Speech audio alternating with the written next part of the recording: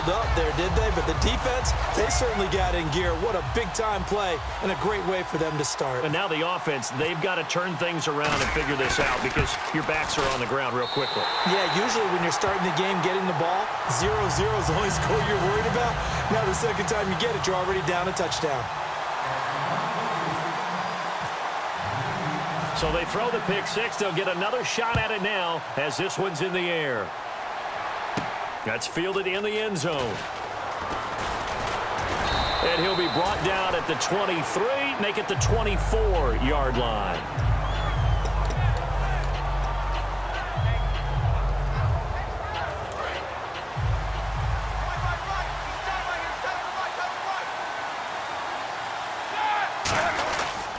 They'll run with a backup. This is Williams. It's a pickup of 4, and it'll bring up second down. On your screen now, here are the offensive starters. At wideout, Antonio Brown is certainly someone that the defense always has to account for. Without a doubt, a true number one receiver. It doesn't matter to him how defenses want to cover him.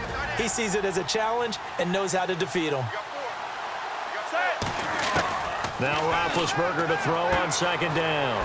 This is caught by Antonio Brown. And he'll be taken down, but not before he gets into enemy territory. A good grab there by the former Central Michigan man, Antonio Brown. And he ate up some real estate on the catch, too, didn't he? I think the most impressive part of it, though, if there's a chance for him to get the football, even though he was covered well, he somehow finds a way to get it. Antonio Brown, the intended receiver. And it'll be 2nd and 10. And here now the defensive starters for Atlanta. Vic Beasley's a very talented outside linebacker whose number one task, rush the passer. But he has the athletic ability to drop into coverage. Into double coverage, and it's intercepted. Ricardo Allen with a pick. And they are going to set up shop at the 40-yard line.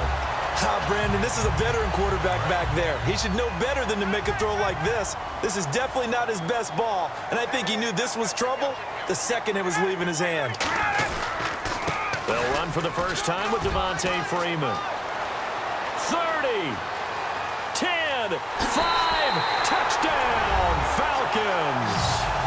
Devontae Freeman, 59 yards. And the Falcons are able to show off their quick strike ability. And on that long run, maybe the defense caught napping a little bit. The concentration level may not have been there. I agree with you on that one because those types of plays, when they result like that, they're almost like big bolts of lightning, aren't they? Whoosh, and off he goes. Now after the touchdown, it's Bosher to kick it away. That's fielded in the end zone. And the decision to come out is going to cost him 5 yards with a new rule as he's taken down right at the 20-yard line. And Pittsburgh getting set to take the field. And 2 picks thrown here in this first half alone. We'll see how that affects him. Can't wait to see where his confidence is because the great ones, they'll throw 4 or 5 picks, and while it'll hurt their team, it won't hurt their confidence. They'll think something was just wrong with the ball or the wind or something was funny. It's never about them. That's how they stay so into the moment and into the game.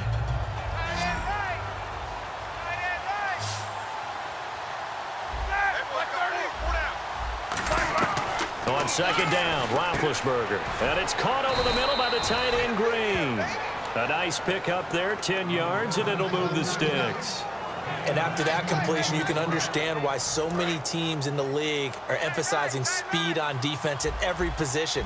The tight ends have created so many tough matchups now. If you can't run with a tight end as a linebacker, this is going to be the result every time. A gain of 4 on the play, and it'll bring up a second down. Good throw, good catch, but I really like the route. The drag and being able to run away from defenders, hard to stick with them for that long. Yeah, better against man than zone, or better against man, because now you're running away from someone and you're not running into a defensive player in another zone. Roethlisberger will throw. Marcus Wheaton was the one he was looking for. And that'll bring up a third down. And that one was knocked away, and I think the defender's going to be a little upset with themselves. They made the play on the football, but that one felt like a forced pass by the quarterback. Thought he had someone open. He really wasn't.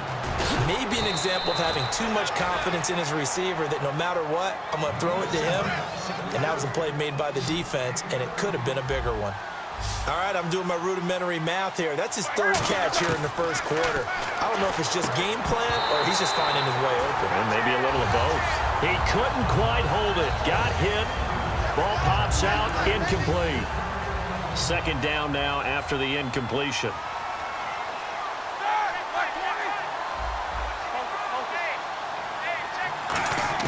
Again on 2nd and 10, it's Roethlisberger.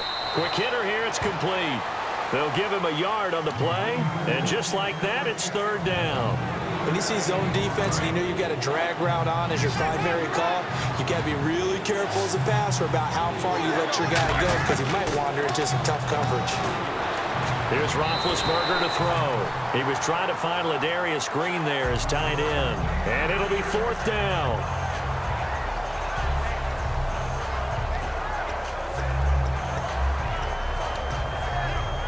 And a tough ask here. They're going to go for it on 4th down and 9. They come up in an empty set. 4 wide receivers, 1 tight end. Now Roethlisberger. And this is incomplete. Mike Tomlin takes a shot here, but to no avail. And the Falcons defense stands tall. They'll get the football back. Now the Falcons offense gets ready to head back onto the field. And coming off a one-play drive that was so deflating for the defense, what's their mentality? How do they rally here and stop this offense? Well, hopefully there's some determination that sets in because they weren't ready to go on the last one. Give all the credit to the offensive guys for getting it done, but to allow a run of that length, that's just not being prepared. So now, are they determined? Are they ready to read their keys and make the proper plays? And we'll see how determined they are. He'll pick up only a yard there, and it'll leave him with a 3rd and 7.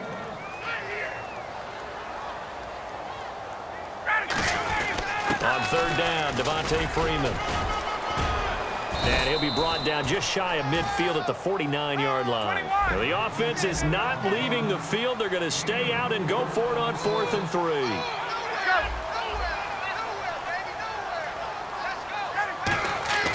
They'll indeed go for it with Ryan. It's caught left side, Tammy. So certainly an interesting call there to go for it. And that will force a turnover on downs. And Pittsburgh getting set to take the field. And last time they were very fortunate, this offense. They went for it on 4, turned it over in their own territory. But the other guys held up. They didn't give up any points. So how about the guy with the #1 headset on the sidelines, the head coach? That was planned going into it, not necessarily to not get the first down or to have the defense have to hold up. But he trusted his defense. Trusted his defense very much, and I think that's how he's going to play this game. Go for it, be aggressive, because I've got the wild bunch backing me up over here on my own side. Now we'll see what his offense can do. And they'll get him down here at about the 42. A nice job to get 8 there after the incompletion, and now they'll look at a 3rd and 2 coming up. That was a good run, and it got to the 2nd level. And what I mean by that is that's where the linebackers usually play. First level being the defensive front, last level being the secondary. But the strong safety position ended up making the tackle, and oftentimes we call them a hybrid. Combination defensive back, combination linebacker. We saw the linebacker make the stop. It's a gain of 4 there, and it gives him a new set of downs.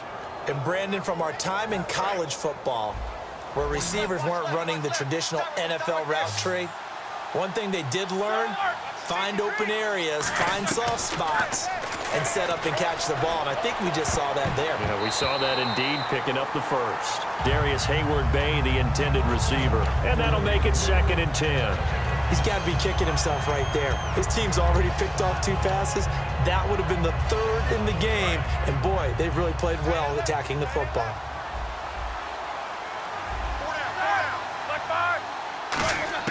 Second and 10 now. It's Roethlisberger. Toward the center of the field, but it's incomplete. Well, partner, so much for the mismatch. How about the guy at the 2nd level, that big linebacker, able to run with the receiver and make a play on the football? So here we go now. An extra defensive back in there on 3rd and 10. Now Roethlisberger. And Big Ben intercepted a third time. A great read, and it's picked off. And a big turnover there as his guys will get the football back. So out come the Falcons now. And last time we saw them go for it in kind of an unusual situation. It's not like it's a fourth quarter do or die. They went for it, didn't get it. We'll see how that affects them this go-around. Partner, I'm wondering if we're starting to see the effects of analytics coming into play here, where people are studying the number of possessions, how many times you should go for it, what position it leaves your team in. Maybe we're starting to see a little bit of that creeping into the NFL game. Yeah, I think we've seen it in other sports, maybe into the NFL now as well.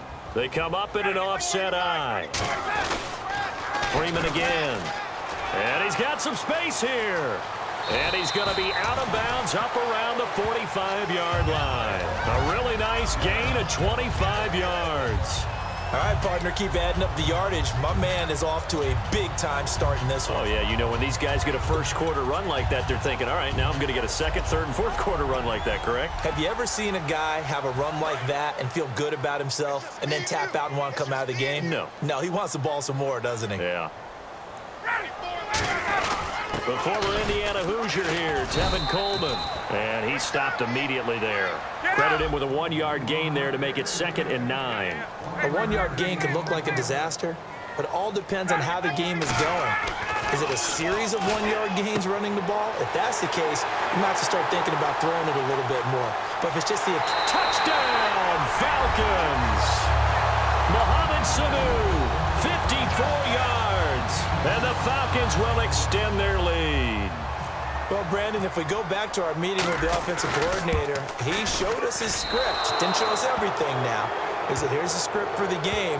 I think everything's going according to plan in a big way. 3 drives, 3 touchdowns. Yeah, that's about as good as that is as good as you can do, I guess. So, well done. Yeah, well done indeed. Tremendous execution. Now after the touchdown, it's Bosher to kick it away. And a big-time mess on the return. He's out of bounds. He won't even get this back to the 5-yard line. The Steelers' offense now, they get ready to head back on the field. And with 3 interceptions thrown already, we'll see. Do they rely more on the ground game here?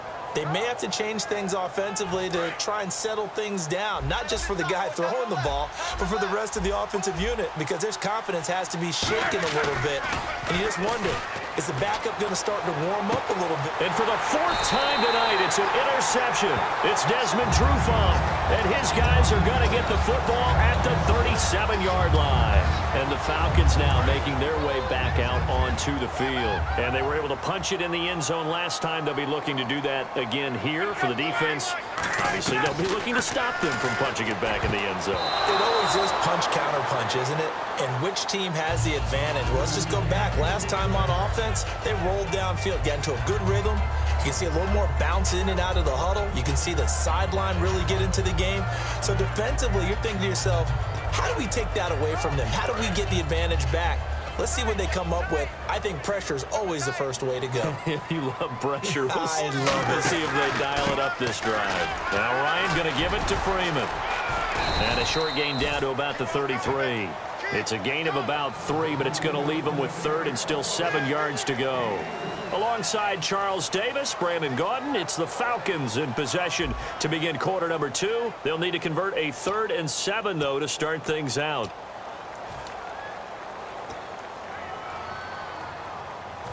In danger of squandering their great field position as they come up on a 3rd and 7.